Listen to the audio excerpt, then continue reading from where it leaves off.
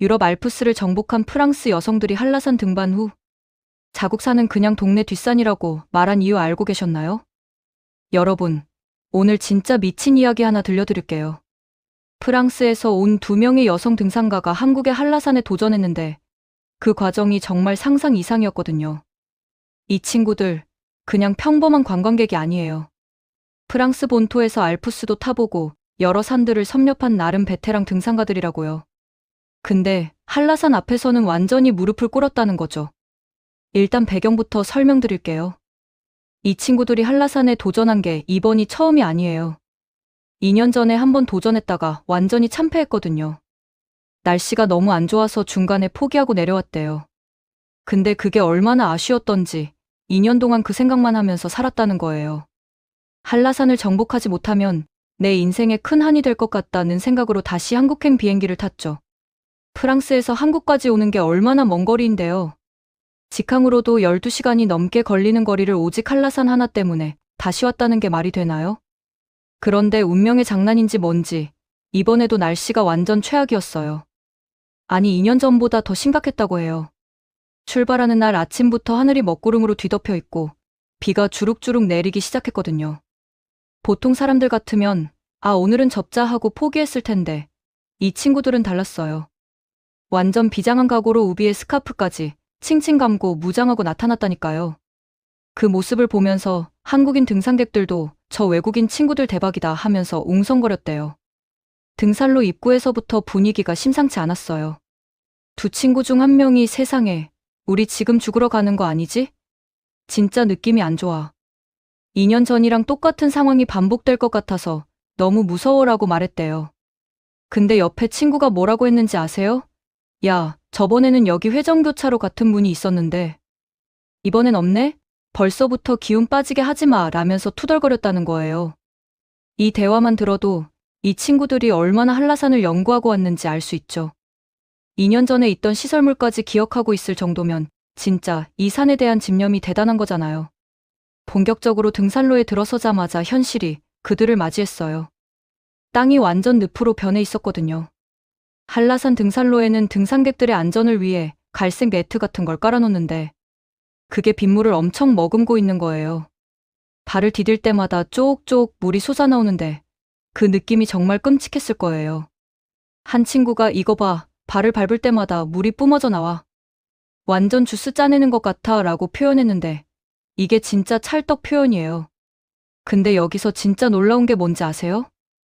이 친구들이 그런 상황에서도 한국 자연의 아름다움을 느꼈다는 거예요. 비는 쏟아지고 땅은 질척거리는데 숲에서 풍기는 나무 향기에 취해서 와. 그래도 숲의 이득은 있네. 공기는 정말 좋다 라고 감탄했다니까요. 이거 보면서 진짜 소름 돋았어요. 한국의 자연환경이 얼마나 깨끗하고 순수한지를 외국인들이 이런 극한 상황에서도 느끼고 있다는 거잖아요. 출발한 지 1시간도 안 돼서 상황은 더 심각해졌어요. 하늘에 구멍이 뚫린 것처럼 비가 퍼붓기 시작했거든요. 원래 가려던 길은 완전히 물바다가 되어서 통행이 불가능했어요. 이 정도면 보통은 포기하고 하산하는 게 맞죠. 실제로 주변에 있던 한국인 등산객들 중에서도 돌아가는 사람들이 많았대요. 근데 여기서 한국인들의 따뜻한 정이 발휘됐어요. 근처에서 등산하던 한국인 아저씨들이 이 외국인 친구들을 보고 그냥 지나칠 수가 없었던 거예요. 이쪽 말고 저쪽 우회로로 가야 해요. 라면서 친절하게 길을 알려주셨대요. 이게 진짜 한국 문화의 백미예요.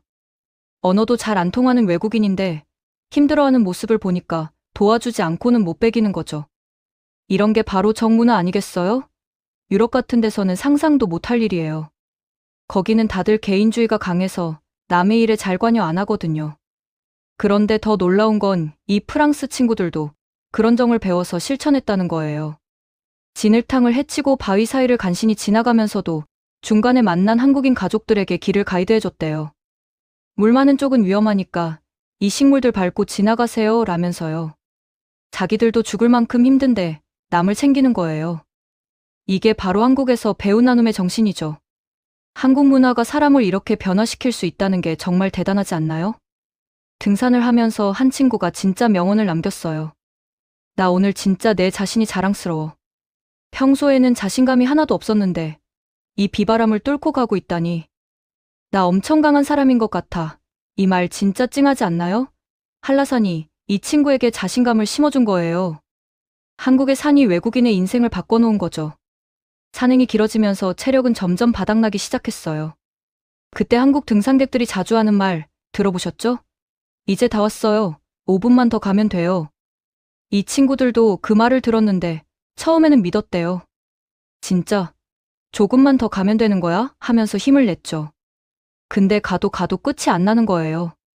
결국 실성한 듯이 웃음이 터져버렸대요. 주님, 저를 시험하시는 건가요? 아니, 아까부터 다 왔다고 하는데. 왜 정상이 안 보이는 거야? 이건 거의 노르망디 상륙작전 수준이라고.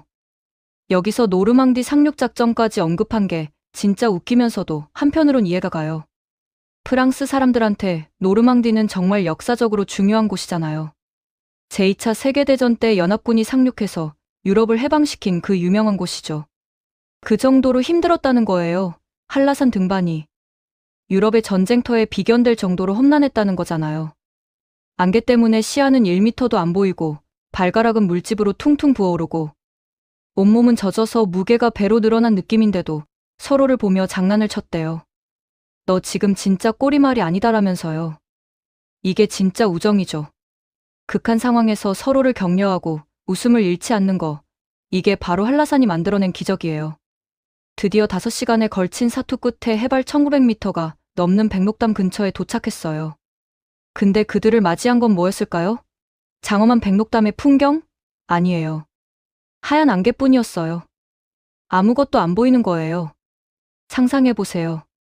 5시간 동안 죽을 고생하면서 올라왔는데 정작 정상에서는 아무것도 못 보는 거예요.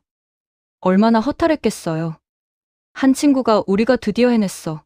근데 아무것도 안 보여. 이게 뭐야? 라며 허탈해했대요.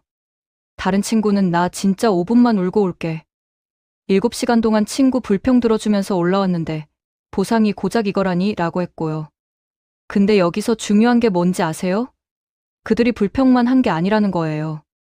정상에 섰다는 그 사실 하나만으로도 엄청난 성취감을 느꼈다는 거죠. 비바람을 피할 수 있는 구석에 자리를 잡고 미리 준비해온 김밥과 과자를 꺼냈어요. 근데 여기서 또 신기한 일이 벌어졌죠. 기압 차이 때문에 과자 봉지가 빵빵하게 부풀어 올라 있는 거예요. 이거 터뜨리면 폭탄 터지는 거 아냐? 라면서 웃었대요.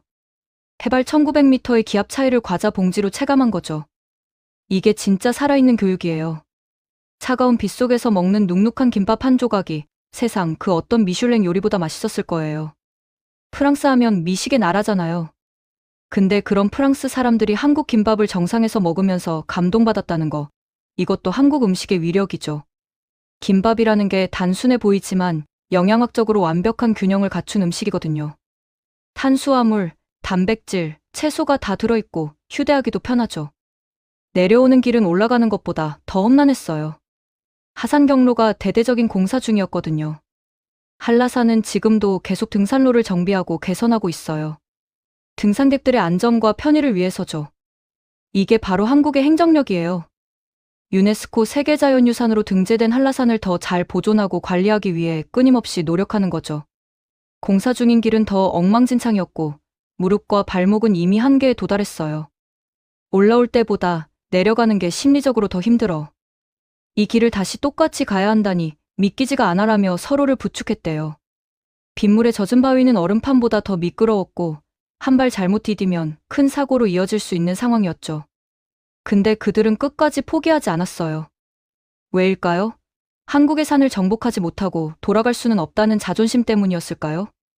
아니면 2년 전의 실패를 만회하고 싶은 열망 때문이었을까요? 아마 둘 다였을 거예요. 그리고 그 이상의 무언가가 있었을 거라고 생각해요. 한라산이 그들에게 준 도전 정신, 한국인들이 보여준 따뜻한 정, 한국의 자연이 선사한 경이로움. 이 모든 게 그들을 끝까지 버티게 만든 원동력이었을 거예요. 드디어 산 아래에 무사히 도착했어요. 몸은 천근만근이고 옷은 흙탕물 범벅이었지만 얼굴에는 형언할 수 없는 미소가 번지고 있었대요. 다음에는 제발 날씨 좋을 때 오자. 그래도 우리 오늘 진짜 멋졌어 라며 서로를 칭찬했죠. 여기서 잠깐, 이 친구들이 다음에 또 온다고 했다는 거 눈치채셨나요? 이렇게 죽을 고생하고도 다음을 기약한다는 게 뭘 의미하는지 아세요? 한라산이 그만큼 매력적이라는 거예요. 한 번 맛보면 끊을 수 없는 중독성이 있다는 거죠. 유럽 알프스도 가봤을 이 친구들이 한라산에 이렇게 집착하는 이유가 뭐겠어요? 한라산만의 독특한 매력이 있기 때문이죠. 한라산은 다른 산들과 뭐가 다를까요? 일단 생태계가 완전히 다르거든요. 해발 고도에 따라 식생이 완전히 달라지는 수직적 생태계를 가지고 있어요. 아열대 식물부터 온대, 한대, 식물까지 한 산에서 다 볼 수 있는 곳이 세계적으로 드물어요. 이게 바로 유네스코 세계자연유산으로 등재된 이유죠. 그리고 한라산은 화산섬의 정점에 있는 산이에요. 약 180만 년 전부터 활동한 화산이 만들어낸 거대한 자연의 예술품이죠. 정상에 있는 백록담이라는 화산호는 세계적으로도 아름다운 칼데라로 손꼽혀요. 지름이 약 500m, 둘레가 약 3km나 되는 거대한 화산호인데 이름도 아름답죠. 백록담, 흰 사슴이 물을 마시는 연못이라는 뜻이에요. 한국의 산들은 단순히 자연의 아름다움만 있는 게 아니에요. 역사와 문화가 깃들어 있죠. 한라산도 마찬가지예요. 제주도 사람들에게 한라산은 신성한 산이에요. 한라산이 높으니 동해가 가깝다는 옛말처럼 한라산은 제주도 사람들의 정신적 지주였어요. 제주 신화에서도 한라산은 중요한 배경으로 등장하고요.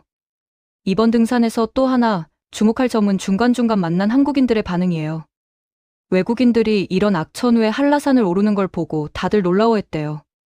대단하다, 힘내세요라는 응원을 아끼지 않았죠. 이게 진짜 한국인의 특성이에요.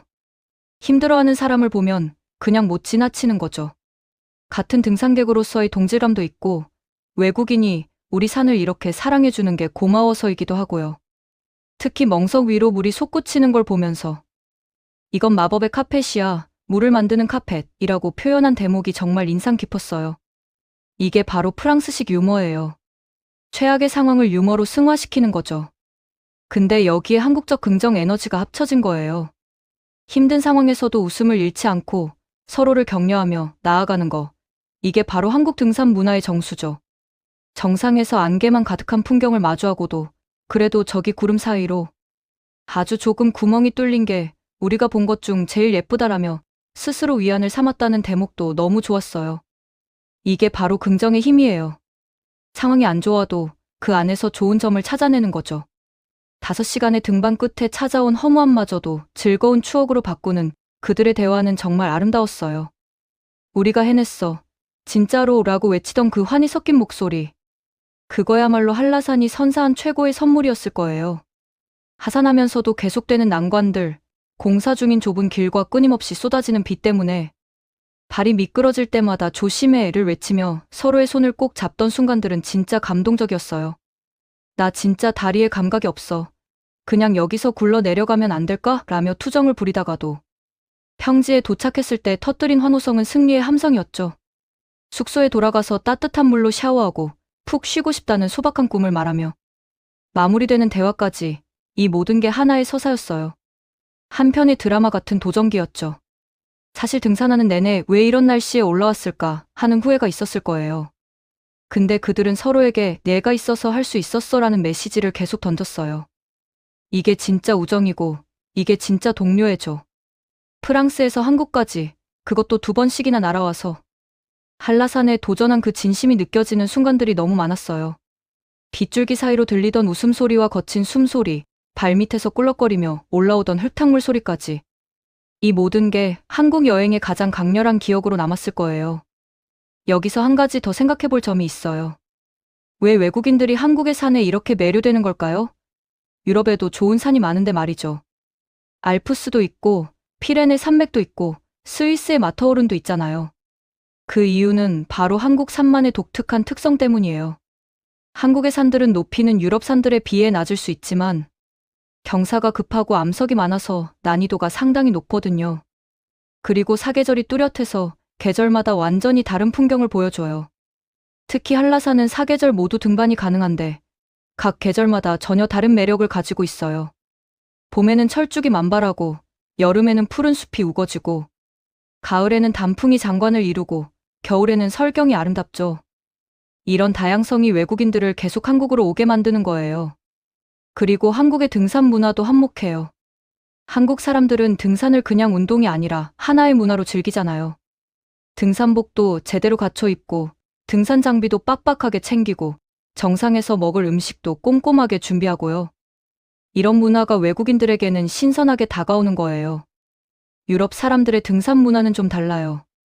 그들은 주로 트레킹이나 하이킹을 즐기는데 한국처럼 정상 정복을 목표로 하는 경우가 적어요. 경치를 감상하면서 천천히 걷는 스타일이 많죠. 근데 한국 등산은 정상에 오르는 게 목표예요. 이 차이가 외국인들에게는 도전적이고 매력적으로 느껴지는 거죠. 이 프랑스 친구들도 그런 한국의 등산 문화를 온몸으로 체험한 거예요. 악천후 속에서도 정상을 향해 나아가는 불굴의 의지, 어려움에 처한 동료를 돕는 따뜻한 정, 힘든 순간에도 유머를 잃지 않는 긍정적 태도. 이 모든 게 한국 등산 문화의 정수예요. 그리고 마지막에 남긴 글에도 우리가 자랑스러워라는 말, 이게 진짜 핵심이에요. 결과보다 과정을 중요하게 여기는 거죠. 정상에서 백록담의 아름다운 모습을 보지는 못했지만 그 과정에서 얻은 경험과 성취감은 어떤 풍경보다 값진 거예요. 한라산은 단순히 높은 산이 아니에요. 제주도의 상징이자 한국 자연의 보고이며 도전 정신을 시험하는 시험대예요. 해발 1950m라는 높이는 다른 나라 산들에 비하면 그리 높지 않아요. 하지만 바다에서부터 시작해서 정상까지 단숨에 올라가는 구조라 체감 난이도는 훨씬 높죠. 그리고 한라산은 기후 변화가 정말 심한 산이에요. 아침에 맑았다가 오후에 비가 오고 갑자기 안개가 끼었다가 또 개고. 이런 변덕스러운 날씨가 등산의 난이도를 더 높이는 거예요. 이 프랑스 친구들도 바로 그 변덕스러운 날씨 때문에 고생한 거고요. 근데 신기한 게 뭔지 아세요? 이런 악조건 속에서도 한라산은 많은 등산객들을 매료시켜요. 매년 수십만 명의 사람들이 한라산을 찾아오는데 그중 상당수가 외국인이에요. 특히 일본, 중국, 동남아시아에서 많이 오고 최근에는 유럽과 미주에서도 많이 찾아오고 있죠. 왜 그럴까요? 한라산만의 독특한 매력이 있기 때문이에요. 360도 파노라마로 펼쳐지는 제주도의 풍경, 계절마다 변하는 다채로운 식생, 화산섬 특유의 신비로운 분위기. 이 모든 게 합쳐져서 세계 어디에서도 볼 수 없는 독특한 경험을 제공하는 거죠. 그리고 한국의 관광 인프라도 한몫해요. 등산로가 잘 정비되어 있고 안내 표지판도 한국어, 영어, 중국어, 일본어로 되어 있어요. 외국인들도 쉽게 정보를 얻을 수 있죠. 그리고 제주도 자체가 관광 인프라가 잘 갖춰진 곳이라 한라산 등반 전후로 즐길 거리가 많아요. 이 프랑스 친구들도 한라산 등반이 끝난 후 제주도의 다른 명소들을 방문했을 거예요. 성산일출봉, 우도, 섭지코지, 한라봉 과수원 등등. 한라산 등반은 제주 여행의 하이라이트지만 제주도는 그 외에도 볼거리가 정말 많거든요. 특히 제주도의 음식 문화도 빼놓을 수 없죠. 흑돼지, 갈치조림, 전복죽, 해물라면 등 제주도만의 특색 있는 음식들이 많아요. 한라산 등반으로 지친 몸을 달래는데 제주 음식만 한 게 없죠. 그리고 제주도는 한국 전통 문화와 현대 문화가 잘 융합된 곳이기도 해요. 도라르방 같은 전통 석상부터 현대적인 카페와 갤러리까지 다양한 문화를 경험할 수 있어요. 이런 다채로움이 외국인 관광객들에게 큰 매력으로 다가오는 거죠. 이번 등반기를 보면서 느낀 점이 참 많아요. 먼저 한국의 자연이 얼마나 아름답고 가치 있는지 다시 한번 깨달았어요. 우리는 너무 익숙해서 그 가치를 잘 모르는데 외국인들의 눈을 통해 보면 한국의 자연이 얼마나 특별한지 알 수 있죠. 둘째, 한국인들의 따뜻한 정이 정말 자랑스러웠어요. 언어도 잘 안 통하는 외국인을 기꺼이 도와주는 모습, 이게 바로 한국의 진짜 힘이에요. 경제력이나 기술력도 중요하지만 이런 인간적인 따뜻함이 한국을 더 매력적인 나라로 만드는 거예요. 셋째, 도전 정신의 중요성을 다시 느꼈어요. 2년 전 실패했다고 포기하지 않고 다시 도전한 그 용기. 악천후 속에서도 끝까지 완주한 그 의지. 이런 게 바로 우리가 배워야 할 자세예요. 넷째, 긍정적인 마인드에 힘을 봤어요. 최악의 상황에서도 유머를 잃지 않고 서로를 격려하며 작은 것에서도 기쁨을 찾는 모습. 이게 진짜 강한 사람의 자세예요. 그리고 마지막으로 우정의 소중함을 느꼈어요. 혼자였다면 절대 완주하지 못했을 거예요. 서로 의지하고 격려하며 함께했기에 가능했던 거죠. 내가 있어서 할 수 있었어 라는 말, 이게 진짜 우정의 본질 아니겠어요? 한라산은 앞으로도 계속 많은 사람들에게 도전의 기회를 제공할 거예요. 한국인들에게는 국내 여행의 버킷리스트로, 외국인들에게는 한국을 대표하는 명소로 말이죠. 그리고 그 과정에서 한라산은 계속 사람들에게 교훈을 줄 거예요. 자연의 위대함, 도전의 가치, 동료의 소중함, 긍정의 힘, 이런 것들을 말이죠. 날씨 좋은 날의 말이죠. 날씨 좋은 날의 말이죠. 그리고 그때는 백록담의 아름다운 모습을 제대로 볼 수 있을 거예요. 맑은 하늘 아래 펼쳐진 에메랄드빛 호수, 주변을 둘러싼 기암괴석, 멀리 보이는 제주도의 풍경. 이 모든 걸 두 눈에 담을 수 있을 거예요. 그리고 그때 그들은 오늘의 고생을 추억하며 웃을 거예요. 그때 그 비 오던 날 기억나? 진짜 미친 거 아니었어? 라면서요. 그리고 그 경험이 있었기에 맑은 날의 한라산이 더 아름답게 느껴질 거예요. 재밌게 보셨다면 구독과 좋아요, 알림 설정 부탁드립니다.